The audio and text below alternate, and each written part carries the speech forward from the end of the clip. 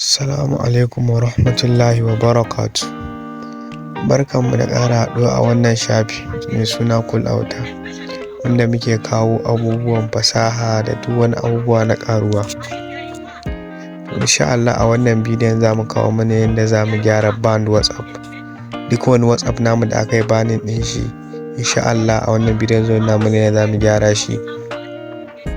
Amma ba a banning ɗin WhatsApp ɗin ba zai iya yawa za a yi na an yi na abokinmu ko kuma na wanda muka sani. Kaga ya kamata mu tsaya mu kalli bidiyon daga farko har ƙarshe saboda mu san yadda za mu yi banning ɗin shi. Amma kafin mu je kan bidiyon, kada ku manta da subscribing sai ku danna mana alamar ƙararrawa saboda sani da zarar mun saki sabon bidiyo.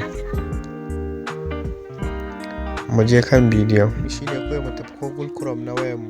Bayan mun shiga Google Chrome na wayarmu kamar haka, sai mu search whatsapp.com.